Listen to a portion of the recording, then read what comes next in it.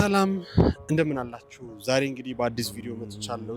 እዚህ ጋር የምትገኙት ወንድም አላዛር ነው። ስለዚህ ወንድም አላዛር ከጀርባዬ እንደምትመለከቱት ዛሬ ልዑልን ለመጠየቅ በመጣሁበት ቅጽበት እንግዲህ መጥቶ አግኝቶኛል ማለት ነው። ምናልባት ላይቭ ላይም ሲናገር ነበርና አገኛለሁ ብዬ ብዙ ቀጠሮ እንግዲህ እያራዘመን ዛሬ ላይ ደርሰናል እና አላዛር እስቲ ከመጀመሪያ ከሱ የተወሰነ የተወለደበትን አወላለድ ምናምን አይ ቲንክ እንግዲህ አንዱ አላዛር በመጽሐፍ ቅዱስ ከሞት ተነስቷል። ይሄኛው አላዛር ደግሞ ከህመም መካከል ራሱን ፈልቅቆ እጅግ በጣም የሚያስገርም ነገር ይዞልን መጥቷል። እስቲ አወላለድ እንዴት ነበር? ሰላም ቤተሰቦች እንደምን አላችሁ? አመሰግናለሁ እድሉን ስለሰጠኝ። እንግዲህ እኔ ስወለድ ዲሉላ መስሮቶቴ ነበር። ኦልሬዲ ሐኪሙ ሞቷል። እናትየዋና ተርፍሎት ሰዎች ሲያወጡኝ ዶንዶሮና ፍተቻ ተርተው ነው።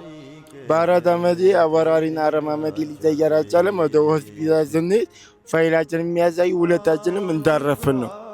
ኦልሬዲ ልጁ ሞቷል ነው ልትልኝ ሲያወጡ ማዘር መሰተልባቸው ማለት ነው። ማህበረሰቡ ሌላ ነገር ያስብ ነበር፣ በሽታ ያስብ ነበር።